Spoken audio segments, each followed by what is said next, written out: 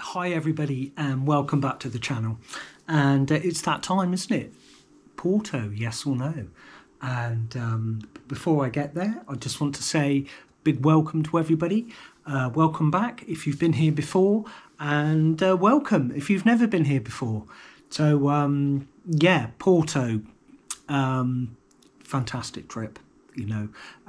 And as I've always said here, there's always a theme, isn't there, that it's going to be pretty much yes to everywhere that I go, and Porto is no different.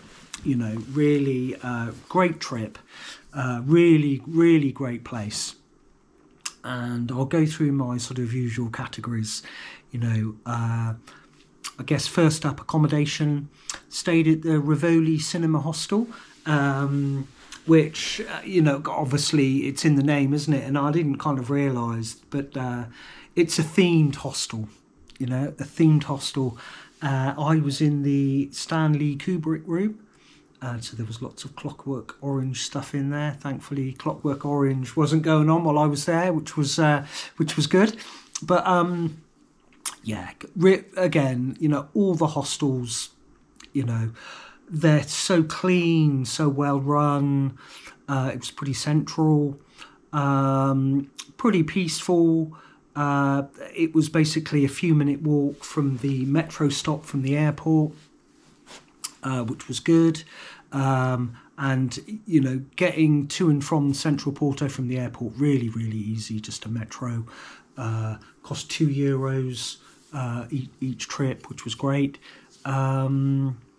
I guess the only thing worth saying, and actually it got me thinking that I was on the top bunk and there wasn't a great deal of space up there, so I was constantly banging my head, and it was quite tricky to get up as well. So on my future trips, I did ask if I could sleep on the bottom bunk, but they were fully booked. So in future, that's one thing, maybe worth noting. Is if you want to get a bottom bunk, is to, when you book, make sure that you ask for the bottom bunk. But I'll put links and stuff and some photos on top of this while I'm talking. But yeah, really good place, really good place. And like I said, the decor was great.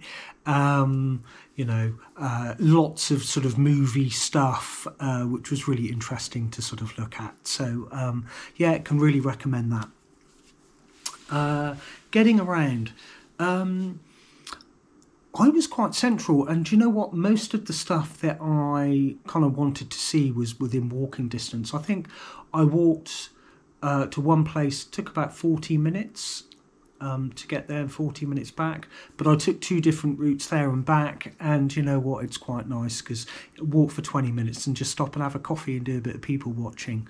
So but it is there's some quite steep bits. It's not flat really, Porto, but there's a tram that you can get, obviously there's the metro, there's buses, everything like that. But I like to walk, so yeah, everything well within walking distance. Food, great food as always, and like I mostly do is, I like to cook in the hostel, which I did, though, I went out a couple of times just to, mostly for coffee, really. And there were some great cafes, lovely sort of vegetable sandwiches, all the usual stuff, and all quite reasonable as well. So so much choice. Yeah, you're not certainly hunting around for nice places to eat. What to see and do? Well, just walking around and you just see so much. I mean, the beautiful architecture, what wonderful architecture.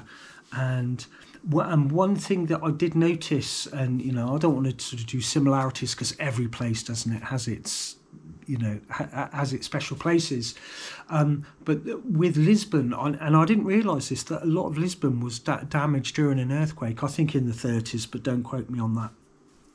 so they lost a lot of the original sort of facades of buildings, whereas Porto hasn't, and there's just beautiful, absolutely stunning buildings, and just to walk around and enjoy the architecture is a joy in itself. I did have a few places which I wanted to go before I went, and I managed to go to all those places. Took it easy, and one of the places was obviously Porto Cathedral, which was beautiful inside, and just incredible architecture again, and the surrounding, this little sort of outbuildings and courtyards and stuff like that were fabulous. So can definitely recommend that. I think it was quite cheap to get in, or was it free? I really can't remember, but Porto Cathedral is a really good place. And there's also, there were so many little churches and little churches that you go on. One was Clerogos, which I completely butchered, so apologies, with this really tall tower, which was just fabulous, and next to that was this really lovely garden as well, which the name escapes me, but again I'll put some pictures while I'm talking, so you'll get to see where I mean. And opposite there was a museum which was actually closed for kind of refurbishment, but some of the things were open. I think 2 floors were open, but it was more sort of medical stuff, but it nonetheless really quite interesting. The 2 places which I really wanted to go, one was and I'll completely butcher this as well, but it was Cemiterio De Agramonte, which is very sort of Gothic, very sort of like Italian cemetery, but it was very sort of family, with lots of incredible architecture and statues, and I spent an afternoon there just walking around, doing some video, and taking photographs. A very beautiful, calm place. And it was just really interesting. Just the history of the place was absolutely fabulous.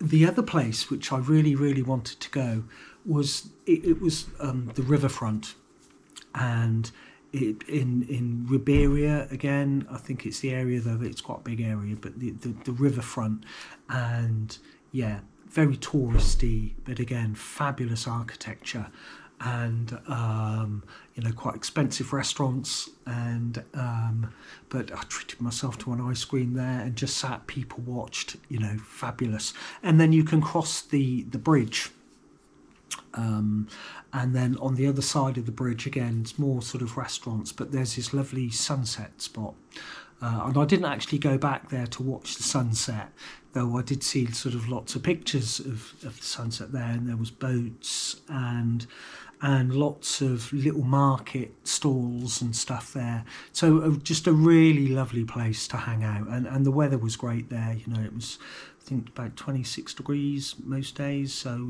walking around in my shorts and t-shirt, and just enjoying Porto life, and people watching and enjoying coffees and cafes and stuff. But that was a really nice place, and if you wanted to buy stuff, there was all sorts of different different stuff being sold. One of my other really favourite places, and I always do this, don't I, are botanical gardens. Went to a beautiful botanical garden again. On the photo video montage I'll put lots of pictures, and I'll put maybe 1 or 2 while I'm talking here, just so you get an idea. So lots to see and do. I was there for 5 days, had a late flight back as well, which was great because it sort of gave me another day. Porto, highly recommend it.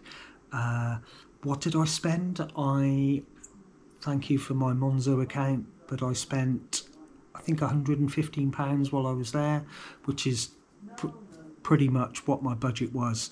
And yeah, so big thumbs up, big yes to Porto. I'll be doing the video and photo montages. I'll probably do them separately because I just took so many pictures. And next up for me is going to be North Macedonia, and I'm also just about to book up my trip in January and March. Kind of got a few ideas, but I won't let you know what they are yet. But as always, you know, if you've got any ideas of good places to go, then just please let me know. And really wanted to get these videos in under 10 minutes. I'm mindful I'm on 11 minutes, so I'll wrap it up now. But just to say, yeah, Porto, can really recommend it, you know, for a weekend away. Absolutely fantastic. So as always, wishing everyone a beautiful few weeks till I'm back on here doing another video. Yeah, enjoy and look out for the photo video montages, and I'll do a few more over the coming months before I do my next planning video. So yeah, just be safe everybody, and sending love and light and blessings to all.